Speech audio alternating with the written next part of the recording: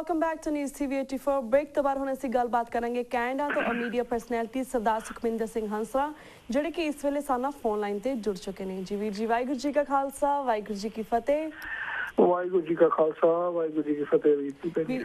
ਜੀ ਵੀਰ ਜੀ, ਅੱਜ ਸਭ ਤੋਂ ਪਹਿਲਾਂ ਅਸੀਂ ਤੁਹਾਡੇ ਵਿਚਾਰ ਜਾਣਨਾ ਚਾਹਾਂਗੇ। ਜਿਵੇਂ ਜਿਹੜਾ ਹੈ ਹਰਿਆਣਾ ਦੇ ਤਿੰਨਾਂ ਸਿੰਘਾਂ ਦੇ ਖਿਲਾਫ ਜਿਹੜਾ ਅਕਾਲ ਤਖਤ ਸਾਹਿਬ ਤੋਂ ਜਿਹੜਾ ਫੈਸਲਾ ਆਇਆ ਉਹਨੂੰ ਖਾਰਿਜ ਕਰਨ ਦਾ, ਇਸ ਬਾਰੇ ਤੁਸੀਂ ਕੀ ਕਹਿਣਾ ਚਾਹੋਗੇ? ਪਹਿਲਾਂ ਤਾਂ ਜੇ ਤੁਸੀਂ ਸਾਰੇ ਹੀ ਇਸ ਐਪੀਸੋਡ ਦੇ ਉੱਤੇ ਰੀਜੀ ਨਜ਼ਰ ਮਾਰੋ ਤਾਂ ਇਹ ਇੱਕ ਐਡਾ ਵੱਡਾ ਡਰਾਮਾ ਜਿਹੜਾ ਕਿ ਪਿਛਲੇ 50 ਸਾਲ ਤੋਂ ਪ੍ਰਕਾਸ਼ ਸਿੰਘ ਬਾਦਲ ਕਰਦੇ ਆ ਰਿਹਾ, ਮੈਨੂੰ ਲੱਗਦਾ ਕਿ ਉਹ ਬਿਲਕੁਲ ਕਲਾਈਮੈਕਸ ਤੇ ਪਹੁੰਚ ਗਿਆ। ਜਿਸ ਤਰ੍ਹਾਂ ਇੱਕ ਫਿਲਮ ਚੱਲ ਰਹੀ ਹੁੰਦੀ ਹੈ ਤੇ ਉਹ ਕਲਾਈਮੈਕਸ ਤੇ ਜਾ ਕੇ ਫਿਰ ਉਹਦੀ ਐਂਡਿੰਗ ਪਤਾ ਹੁੰਦਾ ਦਰਸ਼ਕਾਂ ਨੂੰ ਕਿ ਹੁਣ ਅਸੀਂ ਆਪਣੇ ਤਿਆਰ ਹੋ ਜਾਈਏ ਥੀਏਟਰ 'ਚ ਉੱਠਣ ਲਈ, ਕਿਉਂਕਿ ਹੁਣ ਐਂਡ ਹੋਣ ਵਾਲਾ। ਤੋ ਇਹ ਬਾਦਲ ਦਾ ਜਿਹੜਾ ਕੰਟਰੋਲ ਖੁੱਸਣ ਦਾ ਜਿਹੜਾ ਕਲਾਈਮੇਟ ਆ ਉਹ ਪਹੁੰਚ ਚੁੱਕਿਆ। ਇਸੇ ਕਰਕੇ ਸ਼ਾਇਦ ਉਹਨੇ ਜਿਹੜੀ ਕੋਰ ਕਮੇਟੀ ਦੀ ਮੀਟਿੰਗ ਸੀ ਉਹਦੇ ਵਿੱਚ ਜਿਹੜਾ ਐਡਾ ਵੱਡਾ ਢੋਂਗ ਰਚਿਆ। ਸੁਣਿਆ ਜਾ ਰਿਹਾ ਕਿ ਉਹ ਕਹਿੰਦਾ ਮੈਂ ਸ਼ਹੀਦੀ ਪਾ ਦੂੰਗਾ ਅਕਾਲ ਤਖਤ ਸਾਹਿਬ ਤੇ। ਅਕਾਲ ਤਖਤ ਸਾਹਿਬ ਤੋਂ ਤਾਂ ਹੱਥਾਂ ਬਾਹਾਂ ਖੜੀਆਂ ਕਰਕੇ ਉਦੋਂ ਭੱਜ ਗਏ ਸੀ ਜਦੋਂ ਸ਼ਹੀਦੀ ਦੀ ਲੋੜ ਸੀਗੀ। ਤੇ ਹੁਣ ਸ਼੍ਰੋਮਣੀ ਗੁਰਦੁਆਰਾ ਪ੍ਰਬੰਧਕ ਕਮੇਟੀ ਅਗਰ ਹਰਿਆਣਾ ਦੇ ਸਿੱਖਾਂ ਨੇ ਆਪਣੀ ਬਣਾ ਲਈ ਹੈ ਟੂ ਬੈਟਰ ਕੰਟਰੋਲ ਦੇ ਅਫੇਅਰਸ, ਤਾਂ ਮੈਨੂੰ ਨਹੀਂ ਲੱਗਦਾ ਕਿ ਇਹੋ ਜਿਹਾ ਜਿਹੜਾ ਡਰਾਮਾ ਹੈਗਾ ਪੰਥ ਦੇ ਵਿੱਚ ਇਹਦਾ ਕੋਈ ਹੋਰ ਹੁਣ ਥਾਂ ਵੱਡਾ ਜ਼ਰੂਰੀ ਹੈਗਾ। ਇਸ ਤੋਂ ਇਲਾਵਾ ਜੇ ਭਾਈ ਰਣਜੀਤ ਸਿੰਘ ਦਾ ਐਪੀਸੋਡ ਅਸੀਂ ਯਾਦ ਕਰ ਲਈਏ ਕਿ ਕਿਸ ਤਰ੍ਹਾਂ ਬਰਾਂਡੇ ਵਿੱਚ ਬੈਠ ਕੇ ਭਾਈ ਰਣਜੀਤ ਸਿੰਘ ਨੂੰ ਇਹਨਾਂ ਨੇ ਅਕਾਲ ਤਖਤ ਸਾਹਿਬ ਦੀ ਜਥੇਦਾਰੀ ਤੋਂ ਸੇਵਾ ਮੁਕਤ ਕੀਤਾ ਸੀ। ਇਸ ਕਰਕੇ ਕਿਉਂਕਿ ਜੇ ਅਕਾਲ ਤਖਤ ਸਾਹਿਬ ਦੇ ਉੱਤੇ ਭਾਈ ਰਣਜੀਤ ਸਿੰਘ ਹੋਣੀ 1-2 ਦਿਨ ਹੋਰ ਰਹਿ ਜਾਂਦੇ ਤਾਂ ਹੋ ਸਕਦਾ ਬਾਦਲ ਤੇ ਦੂਸਰਿਆਂ ਬੰਦਿਆਂ ਨੂੰ ਉਹਨਾਂ ਦੇ ਖਿਲਾਫ ਕੋਈ ਫਤਵੇ ਜਾਰੀ ਹੋ ਜਾਂਦੇ।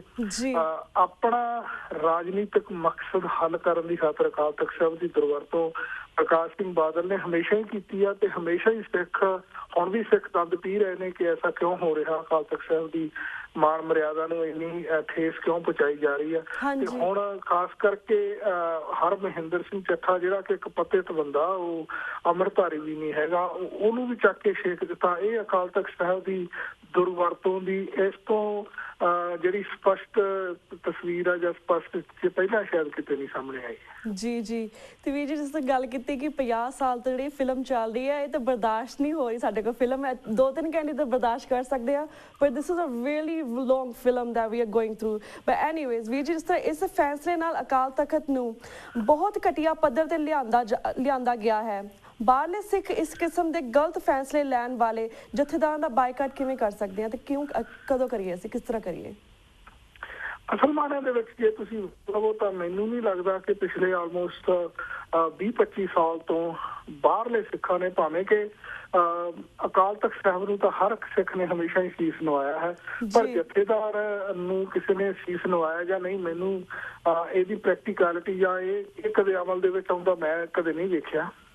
ਭਾਵੇਂ ਕਿ ਅਸੀਂ ਉੱਥੋਂ ਦੇ ਫੈਸਲੇ ਨੂੰ ਤਾਂ ਮੰਨਦੇ ਆ ਰਹੇ ਹਾਂ, ਪਰ ਹਮੇਸ਼ਾ ਹੀ ਹਰ ਇੱਕ ਸਧਾਰਨ ਸਿੱਖ ਨੇ ਵੀ ਉਸ ਫੈਸਲੇ ਦੇ ਥਰੂ ਵੇਖਿਆ ਕਿ ਇਹ ਫੈਸਲਾ ਜਿਹੜਾ ਹੈ ਇਹ ਪ੍ਰਕਾਸ਼ ਸਿੰਘ ਬਾਦਲ ਨੂੰ ਰਾਜਨੀਤਿਕ ਲਾਭ ਪਹੁੰਚਾਉਣ ਲਈ ਕਰਵਾਇਆ ਜਾ ਰਿਹਾ। ਸੋ ਜਿਹੜੀ ਅਕਾਲ ਤਖਤ ਸਾਹਿਬ ਦੇ ਜਥੇਦਾਰੀ ਦਾ ਕਨਸੈਪਟ ਸੀ ਉਹ ਤਾਂ ਬਹੁਤ ਪਹਿਲਾਂ ਹੀ ਮੈਨੂੰ ਲੱਗਦਾ ਹੈ ਕਿ ਐਕਚੁਅਲੀ ਸਮਾਪਤ ਹੋ ਚੁੱਕਾ ਸੀ, ਸਿੱਖਾਂ ਦੇ ਵਿੱਚੋਂ ਖਤਮ ਹੋ ਚੁੱਕਾ ਸੀ। ਸਿੱਖਾਂ ਦੇ ਮਨਾਂ ਦੇ ਵਿੱਚ ਉਸ ਪ੍ਰਤੀ ਕੋਈ ਵੀ ਸਤਿਕਾਰ ਨਹੀਂ ਹੈ। ਇਹ ਗੱਲ ਵੱਖਰੀ ਹੈ ਕਿ ਅੱਜ ਵੀ ਉਹਦੇ ਉੱਤੇ ਕਾਬਜ਼ ਨੇ, ਉਹ ਆਪਣੇ ਫੈਸਲੇ ਕਰੀ ਜਾ ਰਹੇ ਨੇ। ਜਿਸ ਤਰ੍ਹਾਂ ਕਹਿੰਦੇ ਹੁੰਦਾ ਵੀ ਇੱਕ ਦੀਵਾ ਭੜਕ ਕਰ ਰਿਹਾ, ਉਹ ਹੁਣ ਭੜਕ ਵਾਲੇ ਸਥਾਨ ਦੇ ਉੱਤੇ ਪਹੁੰਚ ਗਏ ਨੇ, ਜਿੱਥੋਂ ਕਿ ਹੁਣ ਜ਼ਰੂਰੀ ਹੈ ਕਿ ਜਿਹੜਾ ਅਮਲਾਂ ਦਾ ਤੇਲ ਆ ਉਹ ਵੀ ਖਤਮ ਹੋ ਰਿਹਾ, ਬੱਤੀ ਵੀ ਹੁਣ ਮੱਚਰੋਂ ਖਤਮ ਹੋ ਜਾਏਗੀ ਤੇ ਉਸ ਤੋਂ ਬਾਅਦ ਫਿਰ ਜਿਹੜਾ ਇਹਦਾ ਰਿਫੋਰਮ ਆ, ਦਾ ਰੀਅਲ ਰਿਫੋਰਮ ਅਕਾਲ ਤਖਤ ਸਾਹਿਬ ਦੇ ਕਨਸੈਪਟ ਦਾ, ਉਹ ਸ਼ੁਰੂ ਹੋਣ ਦੇ ਸਮੇਂ ਆ ਗਏ ਨੇ। ਕਦੋਂ ਸ਼ੁਰੂ ਹੁੰਦਾ, ਬਾਹਰਲੇ ਸਿੱਖ ਉਹਦੇ ਵਿੱਚ ਕੀ ਕੰਟਰੀਬਿਊਟ ਕਰ ਸਕਦੇ ਨੇ, ਕੰਟਰੀਬਿਊਟ ਕਿਸ ਢੰਗ ਦੇ ਨਾਲ ਹੋਣਾ ਚਾਹੀਦਾ ਹੈ ਤੇ ਕਿਸ ਢੰਗ ਦੇ ਨਾਲ ਸਾਡੇ 'ਚ ਯੂਨੀਵਰਸਿਟੀ ਆਉਣੀ ਚਾਹੀਦੀ ਹੈ। ਜਦੋਂ ਅਕਾਲ ਤਖਤ ਸਾਹਿਬ ਦੇ ਜਥੇਦਾਰ ਭਾਈ ਰਣਜੀਤ ਸਿੰਘ ਨੂੰ ਲਾਇਆ, ਉਸ ਵੇਲੇ ਸਮੁੱਚਾ ਸਿੱਖ ਜਗਤ ਇੱਕ ਵਾਰ ਪੱਬਾਂ ਭਰ ਖੜਾ ਹੋ ਗਿਆ ਸੀ ਕਿ ਬਹੁਤ ਗਲਤ ਹੋਇਆ, ਪਰ ਅਨਫੋਰਚੂਨੇਟਲੀ ਕੋਈ ਡਾਇਰੈਕਸ਼ਨ ਨਹੀਂ ਲੈ ਸਕਿਆ। ਹੁਣ ਕੀ ਡਾਇਰੈਕਸ਼ਨ ਲੈ ਸਕੇਗਾ ਜਾਂ ਫਿਰ ਇਸ ਦੇ ਕੀ ਕਨਕਲੂਜਨਸ ਨਿਕਲਣਗੇ, ਹਾਲੇ I think it's maybe little bit too early to say. ਜੀ ਤੇ ਵੀਰ ਜੀ, ਜਿਸ ਤਰ੍ਹਾਂ ਬਾਦਲ ਨੇ ਦਿੱਲੀ ਜਾ ਕੇ ਬੀਜੇਪੀ ਦੇ ਕੇਂਦਰੀ ਵਜ਼ੀਰਾਂ ਨਾਲ ਮੁਲਾਕਾਤ ਕਰਦਿਆਂ ਧਮਕੀ ਵੀ ਦਿੱਤੀ ਕਿ ਜੇ ਹਰਿਆਣਾ ਕਮੇਟੀ ਬਣਨ ਤੋਂ ਨਾ ਰੋਕੀ ਗਈ ਤਾਂ ਉਹ ਚੀਫ ਮਿਨਿਸਟਰੀ ਵੀ ਛੱਡ ਦੇਣਗੇ ਅਤੇ ਇਸ ਲਈ ਆਰ-ਪਾਰ ਦੀ ਲੜਾਈ ਲੜਨਗੇ। ਇਸ ਪਿੱਛੇ ਕੀ ਰਾਜ਼ ਹੈ? ਇਹ ਹਰਿਆਣਾ ਕਮੇਟੀ ਬਣ ਗਈ ਜਾਂ ਨਾ ਬਣ ਗਈ, ਇਹਦੇ ਵਿੱਚ ਤਾਂ ਹੁਣ ਦੋ ਰਾਵਾਂ ਹੈ ਹੀ ਨਹੀਂ। ਹੁਣ ਹਰਿਆਣਾ ਦੀ ਸਟੇਟ ਨੇ ਆਲਰੇਡੀ ਬਿੱਲ ਪਾਸ ਕਰ ਦਿੱਤਾ ਹੈ।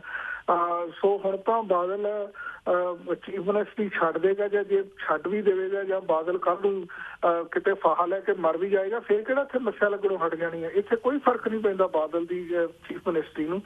ਇਹ ਗੱਲ ਵੱਖਰੀ ਹੈ ਕਿ ਦਿੱਲੀ ਵਾਲਿਆਂ ਨੇ ਤਾਂ ਹਮੇਸ਼ਾ ਹੀ ਪੰਜਾਬ ਦਾ ਮਜ਼ਾਕ ਉਡਾਇਆ। ਇੱਕ ਵਾਰੀ ਫਿਰ ਜਾ ਕੇ ਹੁਣ ਇਹ ਸਰਦਾਰ ਦੇ ਵੀ ਸਿਰ ਸੁਆਹ ਪਾ ਦੇਣਗੇ ਉਹ। I mean there is nothing going to change. ਇਹ ਤਾਂ ਹਰਿਆਣੇ ਦੇ ਸਿੱਖ ਜਿਹੜੇ ਕਿ ਬਾਏ ਲਾ ਲੀਗਲੀ ਆਪਣੀ ਸ਼੍ਰੋਮਣੀ ਕਮੇਟੀ ਸਥਾਪਿਤ ਕਰ ਸਕਦੇ ਸੀਗੇ, ਉਹਨਾਂ ਨੇ ਕਰ ਲਈ ਹੈ। Simple is that. ਨਾ ਤਾਂ ਉਹਨਾਂ ਨੇ ਕੋਈ ਧਰਮ ਦੀ ਅਵਗਿਆ ਕੀਤੀ ਹੈ। ਜਿਹੜਾ ਧਰਮ ਦੇ ਵਿੱਚੋਂ ਜਾਂ ਪੰਥ ਦੇ ਵਿੱਚ ਉਹਨਾਂ ਨੂੰ ਛੇਕਣ ਦੀ ਗੱਲ ਹੈ ਤਾਂ ਮਜ਼ਾਕ ਬਣਾ ਦਿੱਤਾ ਗਿਆ। ਹਰ ਥਾਂ ਦੇ ਉੱਤੇ ਇੱਕੋ ਹੀ ਡੰਡਾ ਵਰਤਿਆ ਜਾਂਦਾ। ਇੱਕ ਅਫਸਰਸ਼ਾਹੀ ਨੂੰ ਮੈਨੂੰ ਭਾਈ ਰਣਜੀਤ ਸਿੰਘ ਹੋਰਾਂ ਦੀ ਗੱਲ ਹੈ, ਮੇਰੇ ਖਿਆਲ ਪਰਮਜੀਤ ਸਿੰਘ ਸਰਨਾ ਨੇ ਸ਼ਾਇਦ ਇਹ ਗੱਲ ਕਹੀ ਆ ਕਿ ਇਹ ਤਾਂ ਬਾਦਲ ਦਾ ਥਾਣੇਦਾਰ ਬਣ ਗਿਆ ਹੁਣ ਅਕਾਲ ਤਖਤ ਸਾਹਿਬ ਦਾ ਜਥੇਦਾਰ। ਐਸਾ ਪੰਥ ਨੇ ਕਦੇ ਪ੍ਰਵਾਨ ਨਹੀਂ ਕਰਨਾ, ਰਿਗਾਰਡਲੈਸ ਜੋ ਕੁਛ ਮਰਜ਼ੀ ਕਰ ਲੈਣ। ਜਨਰਲ ਡਾਇਰ ਨੂੰ ਜੇ ਉਸ ਵਕਤ ਸਰੋਪਾ ਦਿੱਤਾ ਸੀ ਕਿ ਅੱਜ ਜਨਰਲ ਡਾਇਰ ਨੂੰ ਸਿੱਖ ਸਵੀਕਾਰ ਕਰਦੇ ਨੇ, ਕਦੇ ਹੋ ਹੀ ਨਹੀਂ ਸਕਦਾ। ਜਿਹੜੀ ਚੀਜ਼ ਵਾਜਿਬ ਨਹੀਂ ਹੈ ਉਹਨੂੰ ਕੋਈ ਵੀ ਕਰੂਗਾ ਤਾਂ ਉਹਦੇ ਸਿਰ ਸਵਾਹ ਪਏਗੀ। ਹੁਣ ਅਕਾਲ ਤਖਤ ਸਾਹਿਬ ਦੇ ਜਥੇਦਾਰ ਨੇ ਜੋ ਇਹ ਗਲਤੀਆਂ ਕੀਤੀਆਂ ਨੇ, ਇਹਨਾਂ ਦਾ ਖਮਿਆਜ਼ਾ ਤਾਂ ਸ਼ਾਇਦ ਸਿੱਖਾਂ ਨੂੰ ਕਿਤੇ ਨਾ ਕਿਤੇ ਭੁਗਤਣਾ ਪੈ ਜਾਊਗਾ, ਪਰ ਸਿੱਖ ਕਦੇ ਸਵੀਕਾਰ ਨਹੀਂ ਕਰਨਗੇ ਕਿ ਹਾਂ ਲਓ ਜੀ ਸ਼ਹੀਦਾਂ ਨੂੰ ਜਾਂ ਨਲਵੀ ਸਾਹਿਬ ਨੂੰ ਪੰਥ ਤੋਂ ਛੇਕ ਦਿੱਤਾ, ਹੁਣ ਅਸੀਂ ਉਹਨਾਂ ਨਾਲ ਹੱਥ ਨਹੀਂ ਮਿਲਾਉਣਾ। ਐਸਾ ਕਦੇ ਨਹੀਂ ਹੋਏਗਾ। ਜੀ ਤੇ ਵੀਰ ਜੀ, ਜਿਸ ਪੂਰੀ ਦੁਨੀਆ ਦੇ ਸਿੱਖ ਤੁਹਾਨੂੰ ਇਸ ਵੇਲੇ ਵੇਖ ਰਹੇ ਨੇ, ਸੁਣ ਰਹੇ ਨੇ, ਤੁਸੀਂ ਇਸ ਫੈਸਲੇ ਸੰਬੰਧੀ ਜਾਂ ਕੁਝ ਹੋਰ 2-3 ਮਿੰਟ ਦੇ ਵਿੱਚ ਤੁਸੀਂ ਸਿੱਖਾਂ ਨੂੰ ਕੁਝ ਕਹਿਣਾ ਚਾਹੋਗੇ TV 84 ਦੇ ਮਾਧਿਅਮ ਰਾਹੀਂ?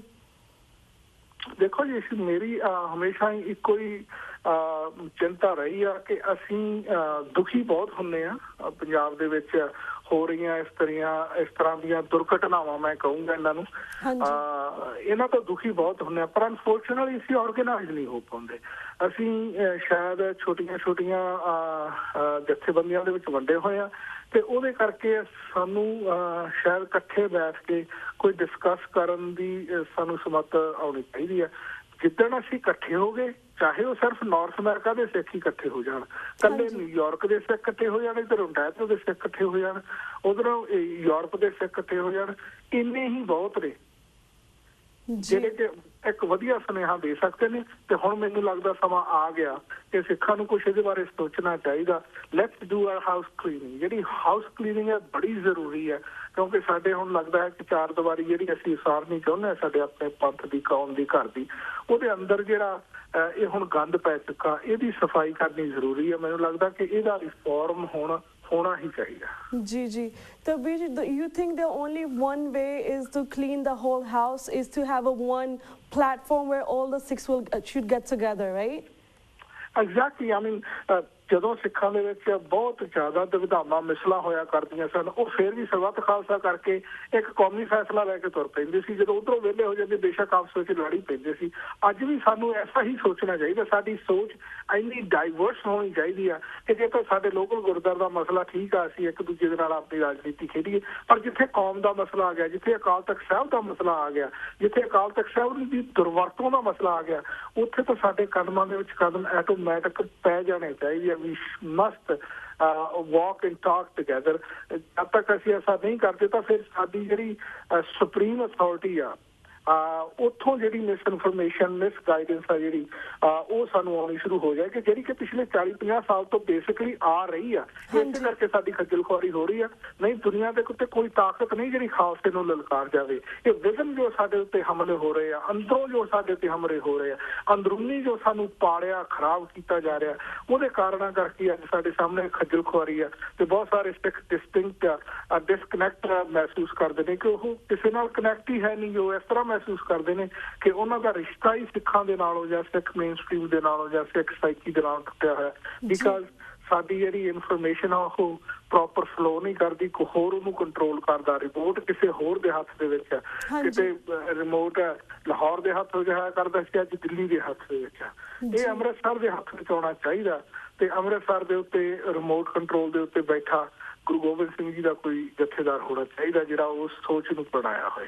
ਜੀ ਬਿਲਕੁਲ we do agree with you ਵੀਰ ਜੀ। ਤੇ ਵੀਰ ਜੀ ਕਿਉਂਕਿ ਹੁਣ ਸਾਡਾ ਵਕਤ ਸਮਾਪਤੀ ਵੱਲ ਜਾ ਰਿਹਾ, ਬਹੁਤ ਸ਼ੋਰਟ ਟਾਈਮ ਹੁੰਦਾ ਤੁਹਾਨੂੰ ਗੱਲਬਾਤ ਕਰਨ ਦਾ, ਪੂਰੇ ਸਵਾਲਾਂ ਦਾ ਟਾਈਮ ਨਹੀਂ ਮਿਲਦਾ ਹੈਗਾ, ਤੇ ਹੁਣ ਅਸੀਂ ਤੁਹਾਡੇ ਪਰ ਮੈਂ ਅਖੀਰ ਤੇ ਇੰਨਾ ਜ਼ਰੂਰ ਕਹਿ ਦਿਆਂ ਕਿ ਇਹ ਜਿਹੜੇ ਮਗਰਮੱਛ ਦੇ ਹੰਝੂ ਕੇਰੇ ਜਾ ਰਹੇ ਨੇ ਨਾ, ਇਹ ਇਸ ਝਾਂਸੇ ਦੇ ਵਿੱਚ ਉੱਕਾ ਹੀ ਸਿੱਖ ਨਾ ਆਉਣ। ਇਹ ਬਿਲਕੁਲ ਡਰਾਮੇ ਦੀ ਪੀਕ ਹੈ, ਬਿਲਕੁਲ ਚਰਮ ਸੀਮਾ ਤੇ ਪਹੁੰਚ ਚੁੱਕਿਆ, ਹੁਣ ਦੀ ਐਂਡ ਹੋਣ ਵਾਲਾ।